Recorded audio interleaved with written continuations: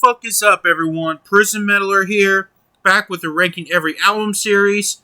Today we are doing Trivium. As some of you know, just like I said on the Ranking Every Bullet for My Valentine album, Trivium and Bullet for My Valentine, they kind of had this altercation going on about the headline tour. Like, Bullet doesn't, for My Valentine, doesn't want to do it anymore because they want to focus on their upcoming studio album and such, so I've already explained all this before on my Bullet for My Valentine video, reviewing every Bullet for My Valentine album video, so yeah, but now, I know I did a reviewing every Trivium album last year, but I removed it because I want to do a better review on it, so yeah, here's that. So as you may know how I rank every albums nowadays, I give a score from 0 out of 5 being the worst, and 5 out of 5 being the best. And just as always, guys, I'm not interested in EPs, compilations, demos, live albums, re-recorded albums, cover albums, or any side projects from band members. I'm only reviewing their full-length studio albums of original materials only, just so you know. So without further ado, let's go ahead and begin. Alright, starting up, we got is their debut album, Ember to Inferno, released October 14, 2003, off of Life Force Records. So we know Matt Heafy was 17 years old when he made this album. Originally, he was a lead guitarist, but he later became the lead vocalist. And then before this, they've been releasing some demos here and there. And I think this is their first album with a complete different lineup. Well, Travis Smith was on drums, and such, and I think Matt Heafy did guitars entirely throughout this album. Corey Bill, I can't pronounce his last name, didn't join the band after the album was released, or was made, I guess. So, thoughts on this album, 50-50. The production is not good, to be honest with you. It's just kind of very unpolished. But there's a lot of songs that's pretty enjoyable, such as Pillars of Serpents, Ember to Inferno, Burn the Eye, Requiem, and When All Light Dies. But then there's a few I just don't care for, like Fall into Grey, Fugue of Revelation, and such, or If I Could Collapse the Masses. A few I just don't really care for that much. But other than that, it's an okay debut. I don't really have much else to say. Matt was 17 years old. This is a debut album, so I'm not really going to go harsh for it. It's a 50-50 for me, so I'll go for a 2.5 to 5. It's an alright debut, but I don't really go back to it as much, so that's pretty much it. Alrighty. Next up we got is Ascendancy, released March 15, 2005, off of Roadrunner Records.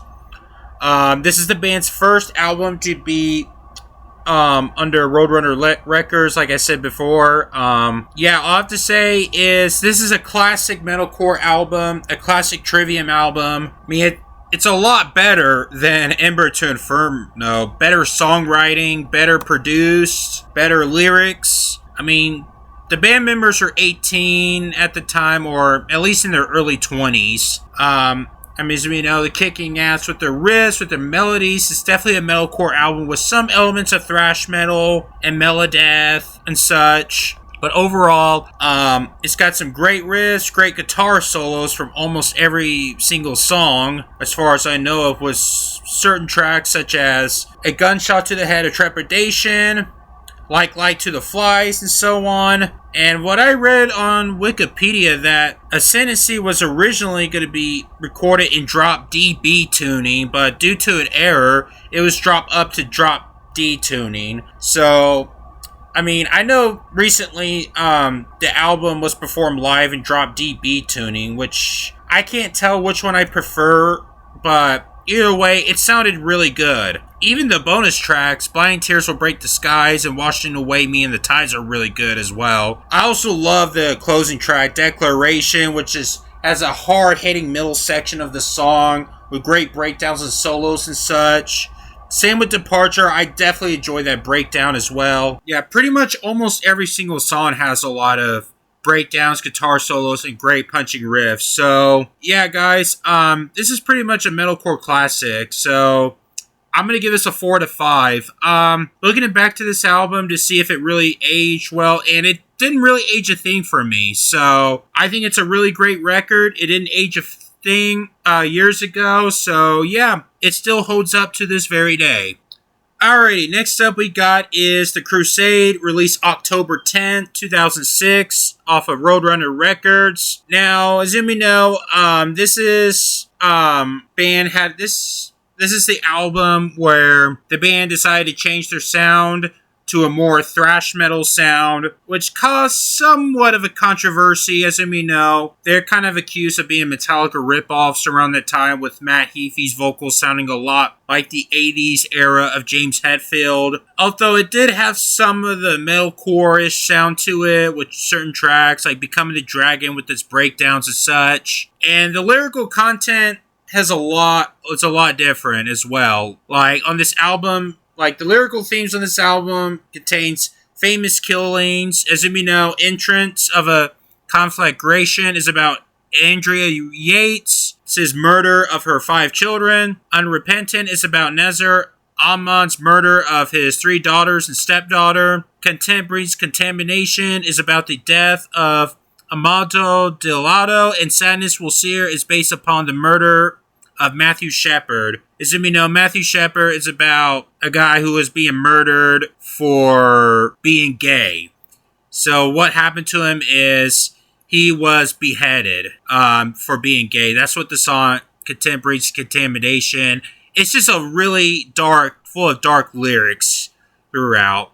That's what throughout this album is basically the murders that happen in real life. Like the Entrance of a Conflagration is about Erin Yates murdering her 5 children by drowning them into their bathtub back in 2001. Unrepentant, as you may know, murder of 5 daughters. Content Breeds Contamination is about it's about a guy who was fired with 45 rounds, total shots by 4 police officers who was mistakenly as a rape suspect, from what I've read. So there's that. That's what I read. So that's what this song mainly is about. So yeah, guys, lyrical content is great, matches with the song as well. However, there may be some few filler tracks, such as The Rising. I mean, I think some of the band members say that this is Trivium's worst song ever, and I kind of disagree with that. I'd say the album pretty much holds up well in the future releases as such. So, yeah, I mean, it's got some great riffs, like Becoming the Dragon, such an awesome song. I definitely dug the song anthem, We Are the Fire. To the Rats is a great song with great thrashy riffs as such, with some of the speed metal elements here and there. Detonation, great song. So, yeah, guys, it could do some. And I also like the Crusade instrumental ending track as well. Overall, guys, I think it's a pretty good album overall. Not as strong as Ascendancy, but I think it's pretty good. So I'll go for a 3.5 out of 5. I think it's a pretty good record overall. So there's that. Alrighty, next up we got is Shogun, released September 23rd, 2008, off of Roadrunner Records. Now, this is their last album with original drummer Travis Smith. This album continues off with the sound from, with the thrash elements from The Crusade. Has more of a progressive sound to it. And they decided to bring back more of the metalcore sound. Like, they pretty much mix it with Ascendancy and The Crusade together with this album. It made it sound better. And I would say that this is their best album too. As you may know, the themes on this album, the band said that they don't want to make an album where all songs have the same singing style like they did with The Crusade and Ascendancy. They kind of want to mix things together. Like some of the songs on this album has focuses on famous and controversial unlike The Crusade, with some of the songs features like controversial crimes about hate crimes, such like that. This album has a lot of songs dealing with ancient Japanese military, and several songs about the Greek mythology, like the song Into the Mouth of Hell We March and Torn Between Skyless and Charybdis. It's about the story of the Odysseus choosing whether to face the great whirlpool. Charybdis of the 6-headed monster. Skyla, He Who Spawned the Furies is about the Titan Chorus devouring his children and castrating his father. Uranus creating Aphrodite of Jesus Christ, serving as a metaphor for enduring torment by the public for daring somewhat new to society. Like Callisto to a star in heaven, it's written from perspective of a nymph Callisto, detailing her rape and impregnation by Zeus and a transformation into a bear and into Ursa Major. Down from the Sky features a contemporary theme chastening those who spark wars for profit and religion and warning of nuclear holocaust. And I have to say the instrumentation fits well to the lyrical themes. Matt Heafy's harsh vocals definitely connects to it. The instrumentation, especially the middle sections on almost every song, fits well with the lyrical themes and such. And throughout the instrumentation's full of amazing riffs, and it's got some more melodic tracks too, like Down from the Sky, of Prometheus and the Crucifix and such. And I also love how the album closes off too with Shogun. From what I read, Shogun entrails the thoughts of a samurai about the shogunate and code of honor Bushido as he establishes his morality, fights a battle to the death, and criticizes another samurai who has broken the Bushido code of honor, which is basically how it closes off the album. He Who Spawns a Fury appears to be about the classical figure of Cronus eating his children in fear of his prophecy as he will be overthrown by one of his children by the name of Zeus. Insurrection is the first-person narrative of Satan's intention to wage war against God and the armies of heaven. The battle has little representation in the Bible, who is dismentioned into popular culture by telling in John Mental's 1667's epic poem, Paradise Lost, Satan's coup of heaven is unsuccessful and retreats to the underworld, being quoted by saying, "Begin to reign in hell, then to serve in heaven." So throughout this album, it's full of like Greek anthologies and such. And I have to say, a lot of the instrumentation fits it. Like I said before, I also love his more technical approach, great solos and such, and Shogun definitely fits well with the closing track with such like higher tempo thrashy groove elements, like with the 7-string guitars and such. So yeah, guys. So yeah, like I said before, they pretty much mixed it with Ascendancy and Crusade together and made this album and sounded better with the lyrics relating to that and such. So yeah, guys, I'm going to give this a 4.5 out of 5. I think this is Trivium's best work to date. This has always been my favorite Trivium album. It is by far better than their first 3 albums for sure. I think it's perfectly produced. I think it's very well written. I love this technical approach. So yeah, guys, by far their best at record. By far. Next up we got is In Waves, released August 2nd, 2011, off of Roadrunner Records. Now with this album, as you may know, this is their first album with Nick Augusto on drums, replacing Travis Smith, respectfully. As you may know, this album has another change. Like, they decided to go back to more of this Ascendancy sound, back to their metalcore roots. With more of this traditional heavy metal soundish to it. As we know, they changed their guitar toning a little bit down to DB tuning, unlike they did with Ascendancy and Ember to Inferno. Like, originally, Ascendancy was decided to drop it down to DB, but due to an error, they had to change it. So with this album, there's no error, so they kept it. And they remained that tune for the rest of the band's career. I mean, it's got some nice heavy melodic sounds like In Waves, Built to Fall, Watch the World Burn. I also love this groove, hard-hitting riffs like Black, The Skyline Severance, and such. I also love the song Caustic Are the Ties That Bind. That's probably my favorite song of the album as well. However, there are some few filler songs here and there, like I do not care for the song Built to Fall. I mean, that's probably the only song I just don't care for, and I kind of skip that track a bit. I mean, it's not a bad song or anything. It's a bit filler. For some odd reason, on the special edition, there was an interlude called Ensnare the Sun, which which is an interlude track. I mean, it's between Skyline Severance and Built to Fall, but it's not an odd reason. It's not a standard edition track, which is kind of odd. But anyways, guys, I also don't like the way the album closes up either. Like, Leaving This World Behind, it just sounds like an interlude track, but it's a closing track with an outro. Kind of find this a pretty odd way to close it, but overall it's not too bad. I mean, it's kind of a really awkward way to close it. And yeah, all I have to say is, I think it's a pretty decent album for the most part. I mean, it's not one of my favorites, but I find it a pretty solid, enjoyable listen. So I'll go for a 3 out of 5. I think it's a pretty decent record. Someone say I'm new to Trivium. Should I start with this album? I was like, yeah, sure, go for it. Go ahead. I guess this could be a gateway to several fans, so there's that. So yeah, I feel like it's a solid record overall, but I feel like there's better Trivium albums than this, so there's that. Next up we got is Vengeance Falls, released October 10th, 2013, off of Roadrunner Records. As you may know, guys, this album is produced by David Draymond, the lead singer of Disturbed. As you may know, this album follows up with In Waves. They pretty much kept the same sound with more melodic approach. It has less harsh vocals than In Waves does, but it's got some really solid tracks like Strive, Brave the Storm, and such.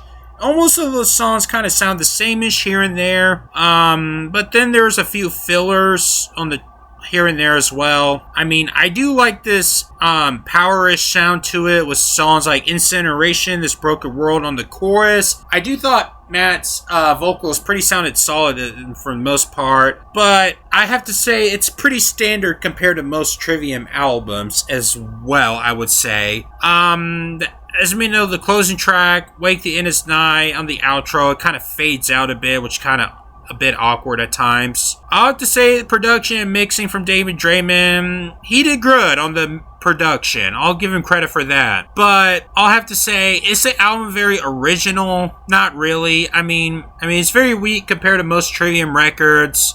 A little weaker than In Waves, but I'll say it's a decent listen, full of solid songs like Strive, Brave the Storm, Here and such, but there's maybe a little bit of filler too, like To Believe and such like that. But yeah, I think it's a solid hit, so I'll go for a 3 to 5 as well. I think it's a decent record. So yeah, guys, it's definitely not as strong as their most Trivium records, but I wouldn't complain very much about this album, as you may know. Solid album, that's all I have to say. Next up we got is Silence in the Snow, released October 2nd, 2015, off of Roadrunner Records, and it's okay. It's alright, I guess. As you may know, guys, there's a massive change behind the scenes on this album. Like, they have a different drummer this time. Their only album with Matt Madero, who left the band 2 months after this album was released. Matt Heafy blew out his voice in 2014 during their Vengeance Falls tour, that he had to hire a vocal coach to get his singing voice back. As you may know, this is their band's only album to not have any harsh vocals at all. As you may know, during that era of the tour, Corey has to do all the harsh vocals. It's a massive change throughout this album, and because of all that, they had to change their sound once again. I mean, it just has more of this radio rock friendly type sound to it. And look, guys, am I gonna bash this album just because of that? No.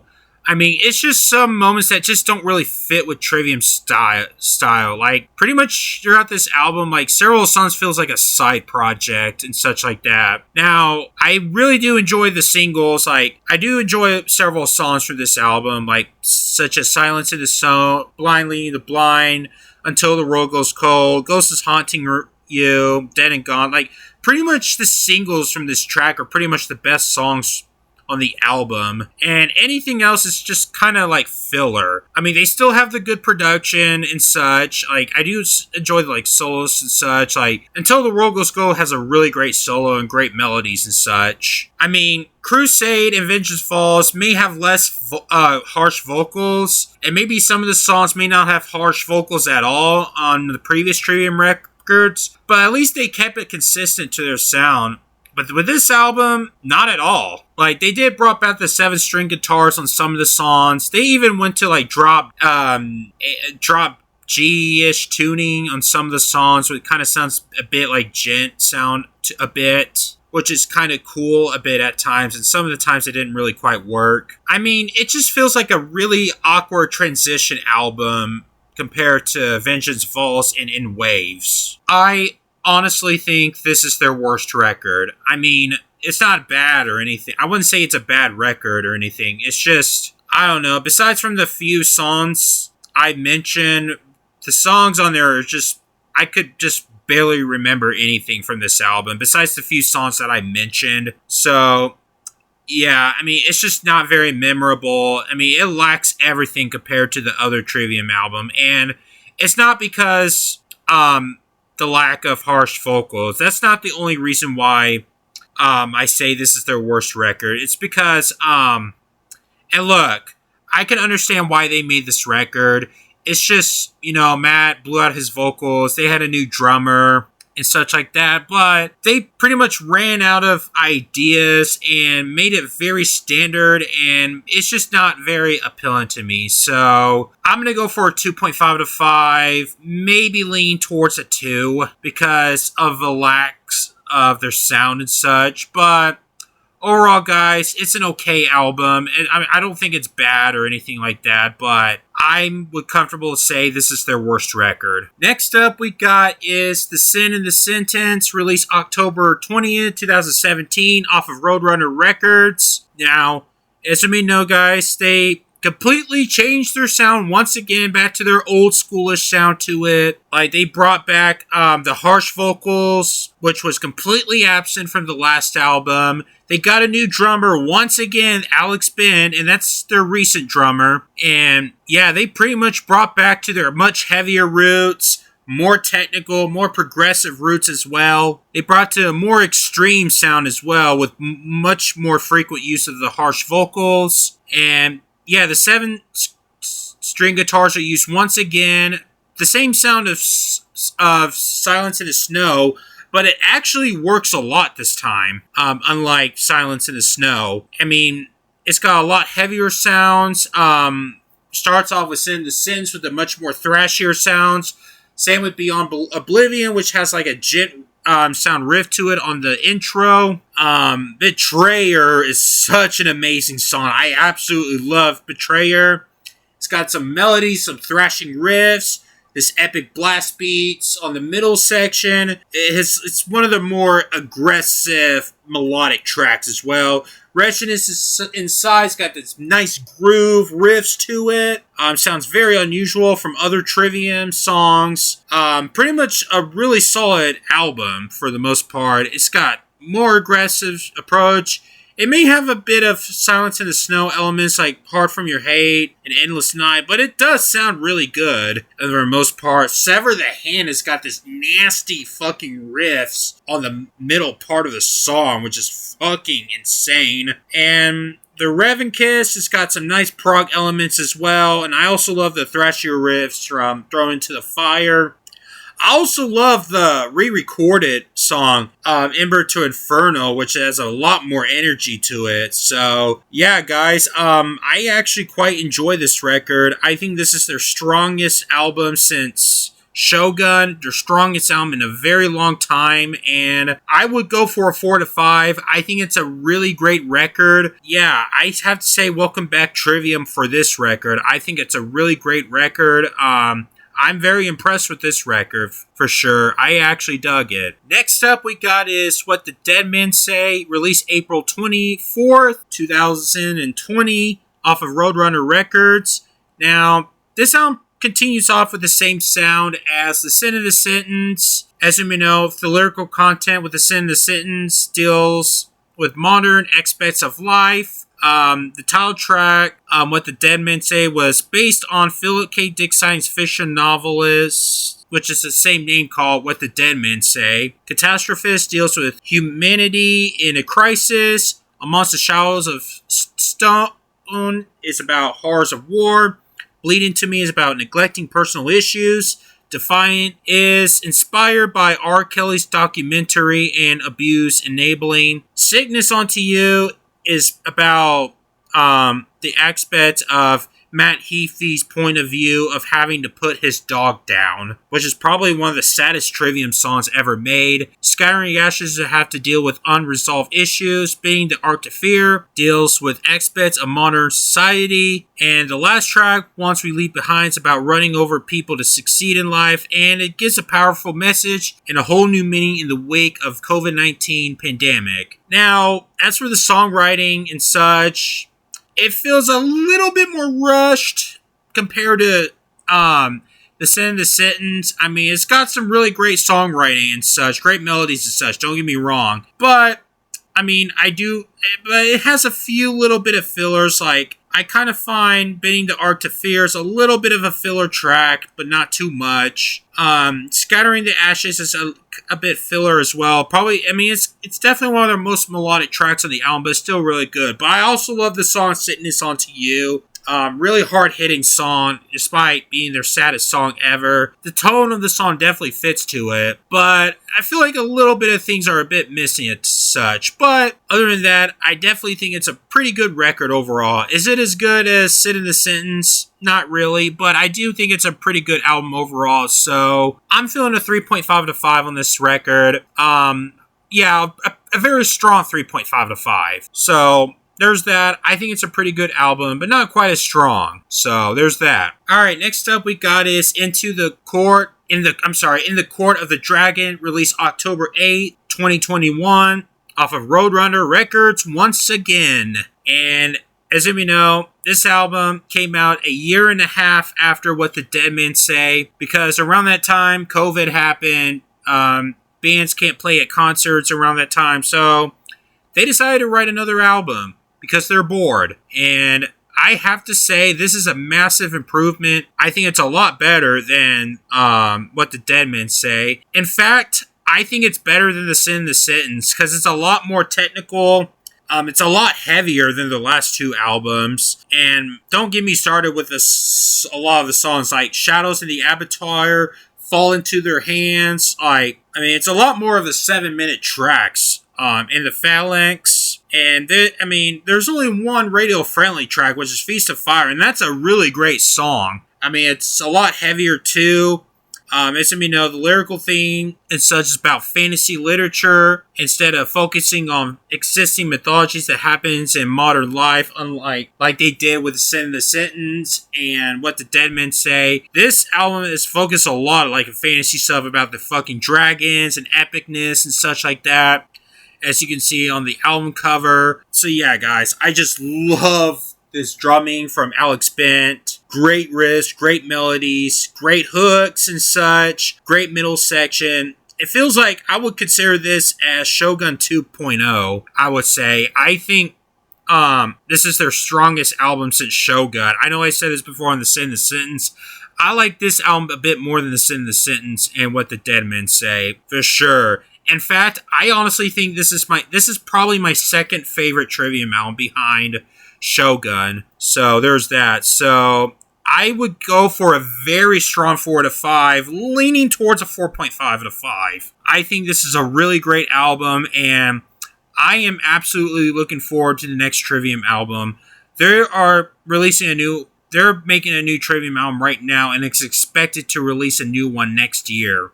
So I'm definitely looking forward to the next Trivium album. So yeah, guys, this is my second favorite Trivium record, by far. Alright, guys, so that is my ranking every Trivium albums. How do you review the Trivium albums? What are your thoughts on them? Let me know in the comments. So yeah, guys, I've completed it. As you know, I did that because about this beef between Trivium and Bullet for My Valentine, such like that. So yeah, guys, that's pretty much it. If you enjoyed this video, subscribe for me for more content and such. And holy shit, what's this popping up on the screen? more content for you to check out from my recent videos. So yeah, guys, that is it. Subscribe for more content and all that bullshit, and I'm gonna go ahead and get the fuck out of here. So I'm out.